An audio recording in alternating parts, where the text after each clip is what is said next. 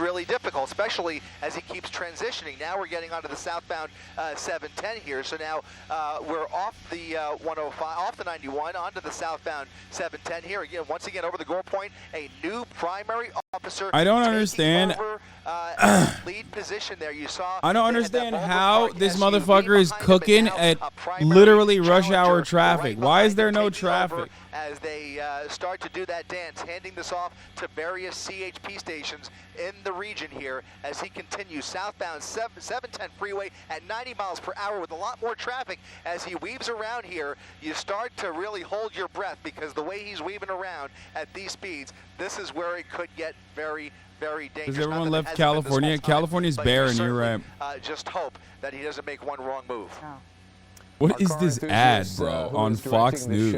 Mike Gilbert is telling me that's a BMW 135i. It's turbocharged, 6 cylinders, so it can really go, and we're actually witnessing that as this guy desperately tries to evade the CHP. Dude, I love when high-speed pursuits are done with, like, a good car. Seen them pull off of this one because it's become so dangerous, but it shows the level of suspect that they're dealing with. This is a guy that could be involved with armed robberies. He could be armed right now as we speak. There's also rumors that he could have body armor on. Plus, you add that to the tinted windows, the high speeds. This is a dangerous man, clearly, and they're taking it very seriously. That's right, and there's no way to know, at least for us at this point, to know whether that car actually belongs to him. So if it's a stolen car, which we don't know if that is, we haven't heard that, but if it's not his car, there is no way to track him. If they were to let it go, they'd be relying completely on the air unit for as long as the air unit can stay in the air with fuel. And so that's not something they're willing to take a chance on just yet. If they can keep up with him, they're going to do that, especially as he encounters more traffic here. He is considered armed and dangerous, and that is giving them even more justification, as you talked about, to keep the pressure on and stay on his tail. There's that CHP helicopter right overhead there as he continues. Now slowing down again. Traffic bunching up here as we approach the 405 freeway, and looks like he's taking it. He's taking the 405. He can still go over that goal point, but looks like Stay away. Committed. Stay away. Committed to the 405 freeway, and if I'm not mistaken, that will be the westbound transition on the 405. Double check that. Yes. Yeah, it looks like the westbound side of the 405 is getting on here. Yeah, and you can see that CHP so close behind him as well. But then you can see the box truck kind of moving over and letting him to get over.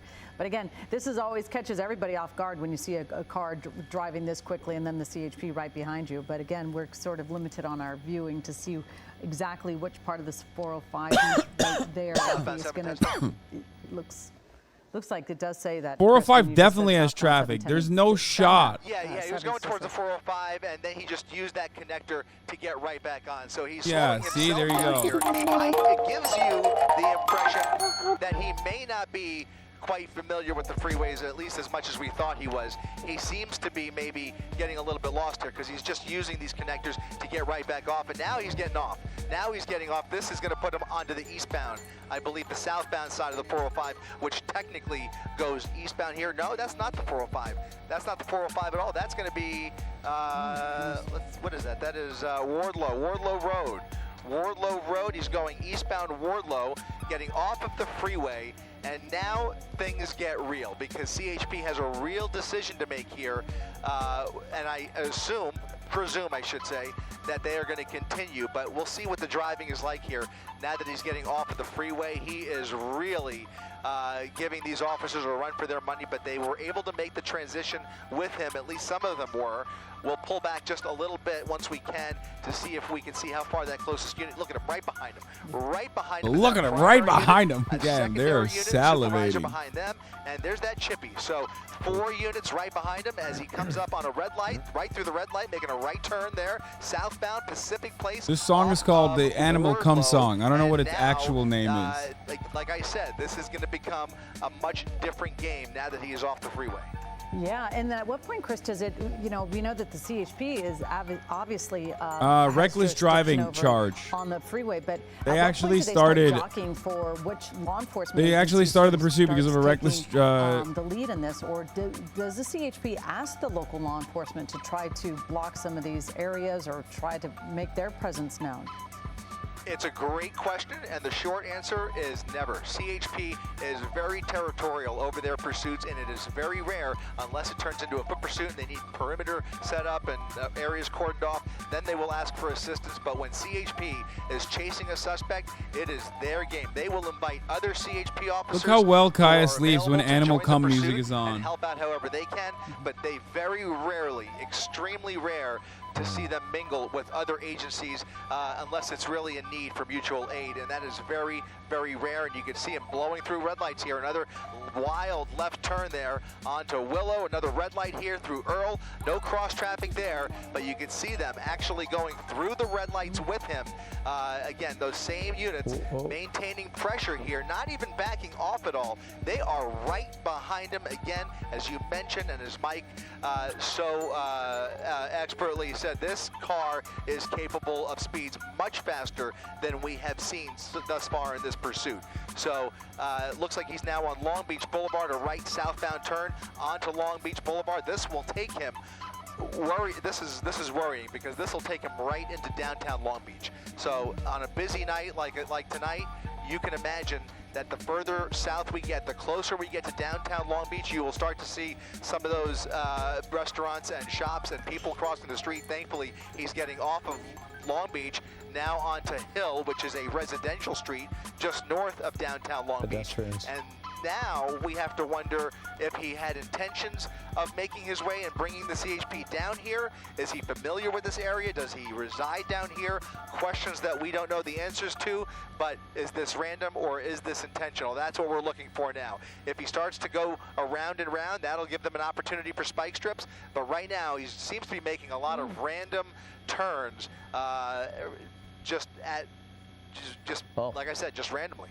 He made some distance on that turn there. The CHP is still behind him, but they've dropped back just a bit.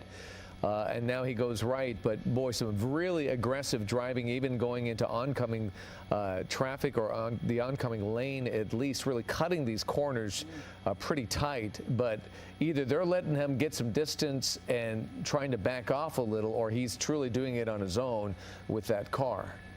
He's zigzagging. He is literally zigzagging. He's his way fucking through here. ripping That's it, a tactic dude. To try and lose those officers. They're going to continue. Again, they know where he's making those turns because of the helicopter. They just can't go at the same speed he's going down residential streets. They have to slow down a little bit, but they know where they have to make the turns. They know where he is, and so they're going to continue as best they can to keep up with him. But 90 miles per hour down MLK Jr. here on a surface street. Very, very concerning. This is a very concerning situation. Comes to a full stop. Here comes the driver. No other passengers, just the driver jumping out of the vehicle. He is now on foot looking. Okay, look at this. Is this a stranger's home, or does he know this person? Nope. He is certainly making this up now. Is he going to try? What's he doing here? What is he doing? Okay, hands up. Giving himself up. Giving himself up. He sees CHP. They're going to make communication here. Guns drawn. Officers with their guns drawn. CHP troopers aim squarely at that suspect, now proning himself out, following orders as they approach him and attempt to make a felony arrest here. You can see that Chippy standing by right there. He is not going to put up a fight, and this pursuit coming to as safe of a possible resolution as you could have possibly imagined. It really couldn't end any better than this, because that was very, very scary when you consider the speeds he was going. Yeah, that came to a very fast ending. And look at this, you know, the youngsters with their cell phones have to get a little shot of this. But part of the danger of these pursuits, if he would have continued on in this neighborhood at that high rate of speed, there are pedestrians, there are kids out, no school tomorrow, etc. A lot of danger zones. We're so lucky that this guy decided to get smart, even though truly that wasn't his intention in the beginning. But when he found that he had nowhere to go, he did give up, and he gave up without a fight. So thankful there.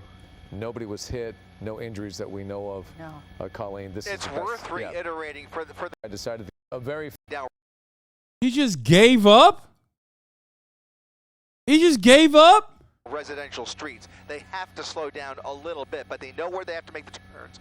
They know where he is, and so they're going to continue as best they can to keep up with him. But 90 miles per hour down MLK Jr. here on a surface street. Very, very concerning. This is a very concerning situation. Comes to a full stop. Here comes the driver. No other passengers, just the driver jumping out of the vehicle. He is now on foot, looking, okay, look at this. Is this a stranger's home, or does he know this person? Nope, he is certainly making this up now. Is he gonna try? What's he doing here? What is he doing? Okay, hands up, giving himself up. Giving himself up. He sees CHP, they're gonna make communication here. Bro, Guns nobody drawn. wants to do crimes with their right guns. anymore, dude. First Donald Trump, now this guy.